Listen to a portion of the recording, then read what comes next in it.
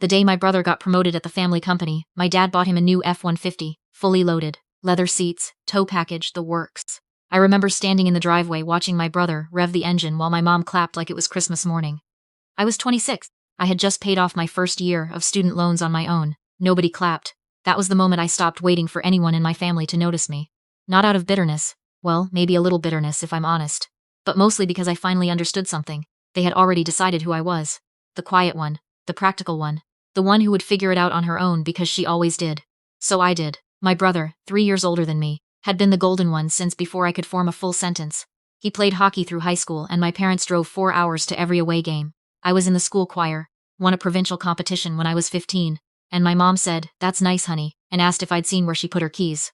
I'm not saying that to be dramatic. I'm saying it because it's true, and for a long time I thought it was normal. His name might as well have been carved above the front door of our house in Kitchener. Every dinner conversation circled back to him.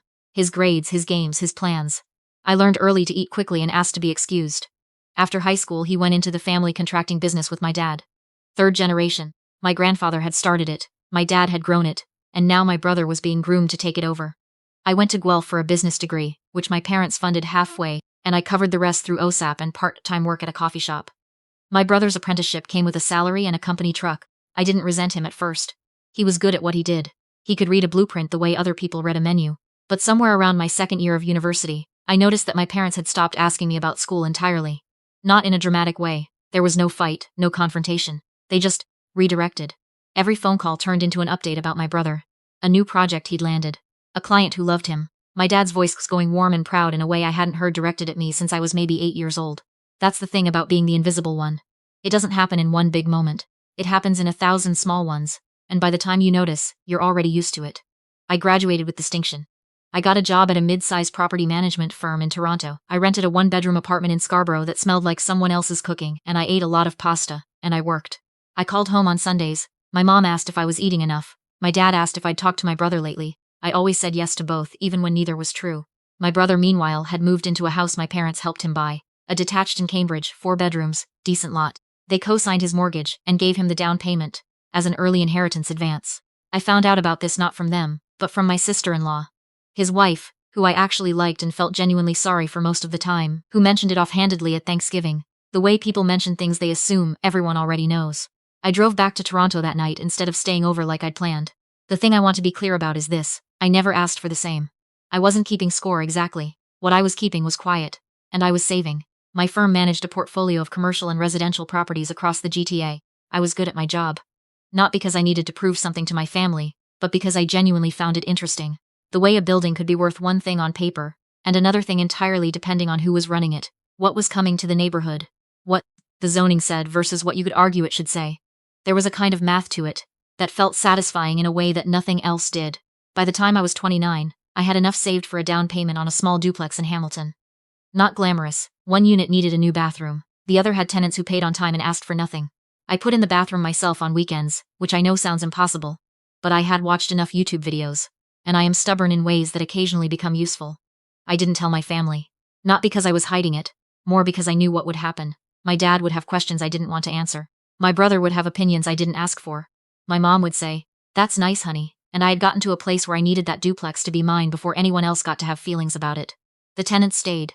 The cash flow was small but real. I refinanced 2 years later and used the equity to put a down payment on a commercial unit in Stony Creek, ground floor of a mixed-use building, rented to a physiotherapy clinic on a 10-year NNN lease.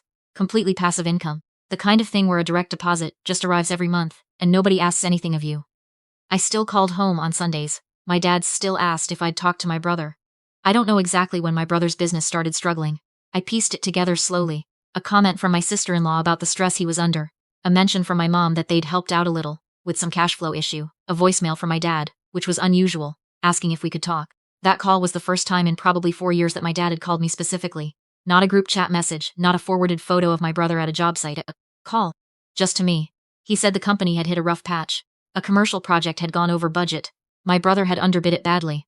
Apparently. Which was the thing my dad couldn't quite bring himself to say directly. And they needed to restructure some debt. He said it very calmly, the way men of a certain generation explain financial disasters, like the vocabulary itself is a life raft. Restructure some debt instead of we are in serious trouble. I asked how much. He told me. I said I needed to think about it. What I actually needed was to sit down. I made tea. I stood at my kitchen window and looked out at the parking lot below. And I thought about the driveway in Kitchener and the sound of my brother's new truck engine and my mom's clapping. Then I called my accountant. Over the next week I had 3 conversations. One with my accountant, one with my lawyer, and one with my financial advisor.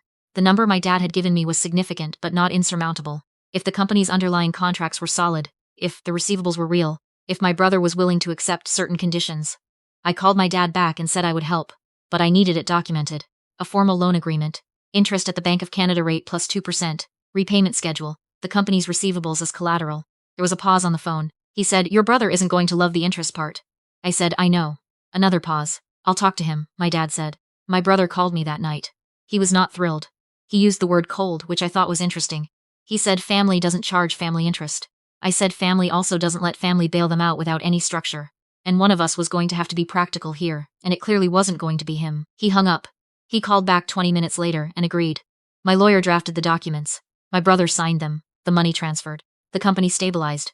That was 14 months before my parents' 40th anniversary party.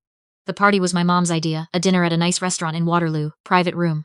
About 40 people, family and old friends. My sister-in-law organized most of it, which again, I genuinely liked her, and felt sorry for her. My brother showed up 40 minutes late and spent the first hour on his phone. I had taken the train from Toronto, and booked a hotel room nearby because I'd learned a long time ago not to stay at the family house if I could avoid it. The evening was going fine, in the way that family events go fine when everyone agrees not to bring anything up. My mom looked beautiful. My dad gave a toast that made a few people cry. I sat next to an old family friend who asked about my work and actually listened to the answer, which was a small miracle. And then my brother stood up.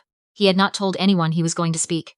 He just stood up, tapped his glass, and launched into this speech. About the family, about legacy, about the company, how proud he was to be carrying it forward, how grateful he was to our parents for everything they'd sacrificed. It was not a bad speech, technically. People were nodding. My mom was tearing up. And then he said, "And of course none of this would be possible without the support of this family.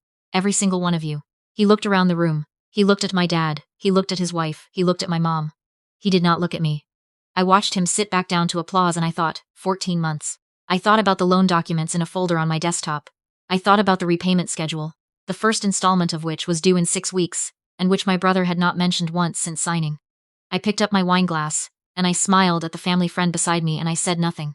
Later that night, back at the hotel, I checked my email out of habit. There was a message from a commercial real estate broker I'd been working with for a few months. Subject line: offer accepted, 310 Weber St. N. I had been quietly watching a small mixed-use building 2 blocks from my parents' neighborhood for almost a year. It was undervalued. The previous owner had let the commercial tenants lapse and hadn't relisted the units, so it was sitting, generating almost nothing, priced low because it looked like a problem. I knew it wasn't a problem. I knew exactly what it was. The offer had been accepted while I was sitting at my parents' anniversary dinner, watching my brother take a bow.